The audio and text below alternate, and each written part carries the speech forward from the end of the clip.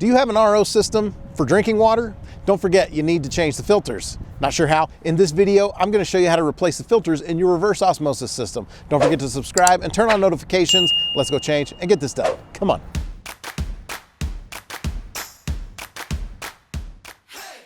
RO systems are a great option to have plenty of clean drinking water on demand.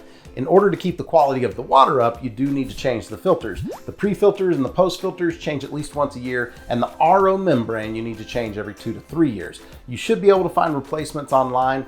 I ordered mine and they just arrived, so we're gonna go ahead and change these out. The first thing you need to do is locate where your system is. Mine's under the sink. I know a lot of yours are too. So first thing we need to do is shut off water supply to the system. Identify the line coming off the cold water supply. There should be a valve on the tube right before it enters the filters. Shut off the valve. Then you want to identify the valve at the top of the storage tank and shut that off as well. Next, you want to open up the RO faucet to relieve any pressure. Identify the different filters. The most important one to identify is the RO membrane. It usually has a tube coming off of the bottom and going up to the faucet. Yours may or may not have a cover on it like mine does, but I'm going to remove the cover to make it easier to see what I'm doing replacing the filters. If you're worried you won't remember, it's a good idea to take a picture so you know which filter goes in what location. We're going to start by removing the pre-filters by turning them counterclockwise and pulling them down. Then do the same thing to the post-filter. Then if your system has the carbon filter, you're going to change it as well. When you get to the RO membrane, there's going to be a tube coming out of the bottom and you need to remove it. You remove it by pressing the ring in and pulling on the hose. Grab a bowl or something to catch the water and a towel because there will be a little bit of water that comes out when we remove the filters.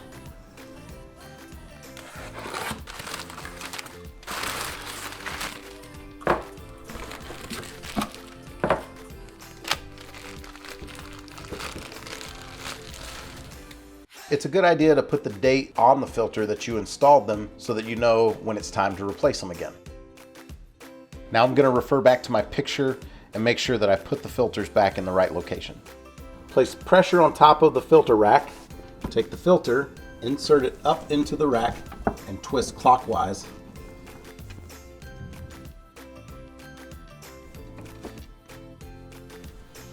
The RO membrane has to have an adapter in the bottom. This is the old one that this tube can plug into. This is the new one. It does not have that same attachment, but it came with one, so we need to install this.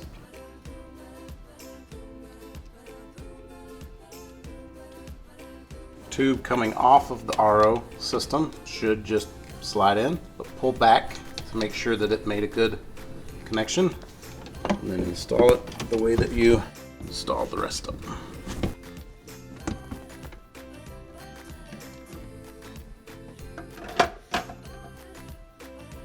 Turn the water back on.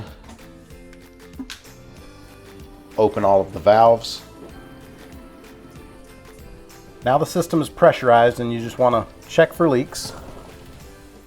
A good way to check for leaks is make sure that everything is dry and then check and see if you see water anywhere. When you first open the faucet, you may get some splattering as the lines re-energize and the water is filling the filters.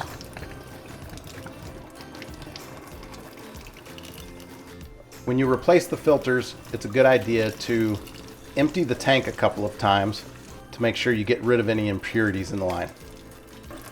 Let your faucet run for about 5 or 10 minutes. You'll be able to tell when the tank is starting to empty because you'll lose pressure out of the faucet. Shut off the faucet and let the storage tank refill for about another 10 minutes and then repeat that process again.